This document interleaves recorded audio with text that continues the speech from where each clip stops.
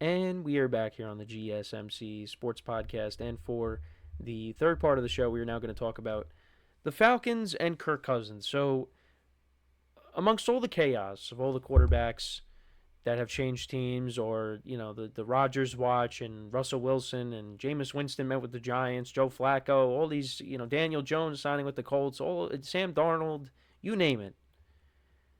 Kirk Cousins, not a free agent, but a quarterback that could be available at some point. Now, what was interesting is Saturday, if the Falcons kept Kirk Cousins, which is what they ended up doing, his signing bonus would become fully guaranteed for the 2026 season. And there was some speculation, I would imagine, that the Falcons maybe would make a move. So that wouldn't be the case. Well, Kirk Cousins is still on the roster. And the Falcons have constantly been saying that they want to keep him on the team.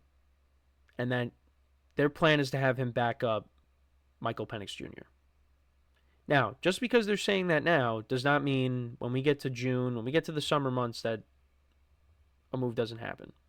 Now, if the Falcons trade Cousins before June 1st, they would face a $37.5 million deal with a $37.5 million dead cap hit, and they would save only $2.5 million for the 2025 season. If they trade him after June 1st, they would save $27.5 million, but still have $12.5 million in dead cap money. So a move could maybe happen when we get to the summer, or close to it. Now, Cousins met with Arthur Blank. I would imagine he wants to start somewhere. And I think Kirk Cousins can still start. Now, we were kind of unaware of other injuries he was dealing with, because he mentioned that he got injured in the Saints game, injured his throwing shoulder. And that's why sometimes some of those passes, take a look at the Chargers game, because I bring up that game a lot, because he threw 4 picks in that game. That was not a great performance by him. But I also think he was a guy that he lost confidence. But I do think he could still start. And I think, again, another year removed from the Achilles injury, you will see a better Kirk Cousins. And maybe he just wasn't a good fit for the Falcons. A lot of people talk about Cleveland because Kevin Stefanski and Cousins have had a relationship. So that could work. Maybe he goes to the Giants. If the Giants don't get Rodgers, they don't get Russell Wilson. Maybe Cousins is an option, but also you're hearing that they could bring in Joe Flacco. And they met with Jameis Winston. Listen, I am all for the Giants bringing in Jameis Winston. And I did talk to my friend about it because he's a big Jameis fan, but he said, yeah, the Giants maybe will win 2 games that they're not supposed to, but they'll probably still end up with 5 wins. And I'm like, yeah, but Jameis would make things exciting at the quarterback position. But I think one way or another we will see Kirk Cousins in a different uniform in 2025 at some point. Because is he really going to go the whole year as the backup to Michael Penix? Now, I don't think it's a bad thing. Like, for the Falcons, I don't think it's bad you have Cousins as a backup. But for Kirk Cousins himself, is he going to want to be a backup? I don't think so. Kirk Cousins wants to start. Now, you're taking a bit of a gamble if you bring in Cousins, because he can continue on that trajectory from last season. From last season going into 2025. So yeah, Falcons, you would hope, take on most of his salary, because, if you bring in Kirk Cousins and you're taking on a big chunk of his deal,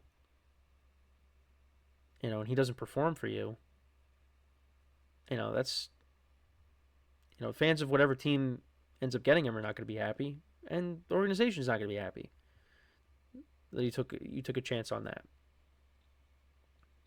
But yeah, I do think he's going to end up on a different team. I have no theories, I have no sources on that, but I really do think he will go somewhere else. Especially like if an injury happens too. Similar to Aaron Rodgers, if he decides, if Minnesota doesn't want him and he opts to just say, you know what, I'm good, and he steps away. If a quarterback gets injured, they could say, well, Kirk Cousins is a backup on the Falcons. Maybe we could, bring him in. Now, I think Kirk Cousins would want to go to a team that, has a chance to win. I don't think he wants to go somewhere where, it's a rebuild or the team is not even close to competing. He wants to end up in a good situation. But we'll have to wait and see.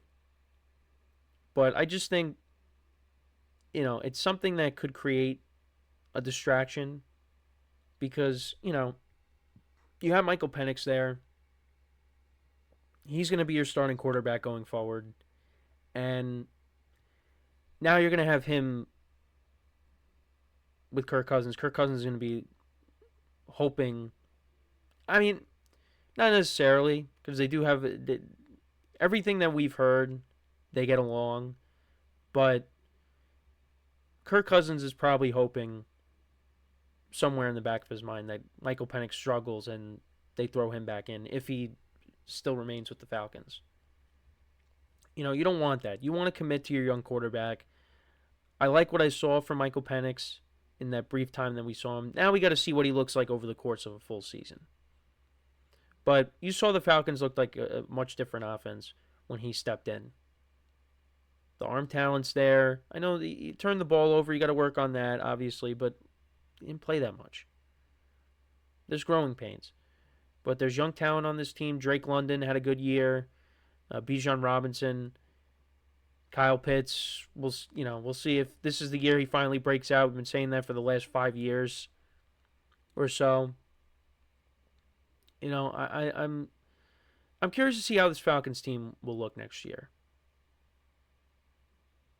with Penix throughout the whole year. But this is something that's going to continue for months with Kirk Cousins. We'll see what ends up happening if he gets flat out released. Maybe if the Falcons end up doing that at some point, it's just there's several ways this can go. Now, I think one way or another he will end up on another team. It depends on whether they're going to trade him or he's released. I think teams might just, unless they're super desperate, if he wants to be released and they can't find a trade partner, then they're going to release him. So, we'll see what happens. We'll see if he ends up on the team going into next year. If, he begs for his release and they grant him that, or if he ends up being traded. But the Falcons play in a winnable division. The best team right now is the Bucs. You got the Falcons. The Panthers are going to be better. The Saints, I don't know what to. They're not going to be very good. Maybe with Kellen Moore, things are going to be different. If the team can maybe stay healthy, they win a few more games. But Saints, really, in everybody's eyes, I think you need to rebuild. That's what you need to do at this point. So, and Cameron Jordan, made it known that he's going to be returning to the Saints, and he's one of the faces of the franchise. Been there a long time, but yeah, it's time to go in a different direction with the Saints. But let me know what you guys think about Kirk Cousins. Where do you think he could end up? Do you think the Falcons will eventually cut ties with him? Or do you think he's going to be the backup the whole year next year? I really don't think that is going to happen. I think for Cousins, he wants to go somewhere else and be able to start. But who knows? Maybe he is the backup the whole year. So we're going to take our next break. When we come back, we'll talk about how the MLB season opener went between the Cubs and the Dodgers. What happened in the game? We'll get into all that when we come back from our next break. It's good to have baseball back. It really is. Now, I know I originally said that I wasn't going to talk about the game, but when I figured, hey, season started, let's talk about it. We'll do the same thing tomorrow. We'll recap the game the best way we can. Um, but it just, it depends on where you are in the world. But, for me, who's on the East Coast, 6 o'clock in the morning, yeah, could have got up, could have watched it. I actually did get up like an hour after it started, and I checked the score, and the Dodgers were winning. So I did take a look at it, but I didn't, turn on my TV just to see what was going on. But yeah, we will discuss it, and a week from today. Well, no, not a week from today. A week from Thursday, everybody else starts. So I am really excited about that. But we will talk about the game when we come back. We'll get into what happened when we return. So, with that being said, stick around, and we'll be right back here on the GSMC Sports Podcast.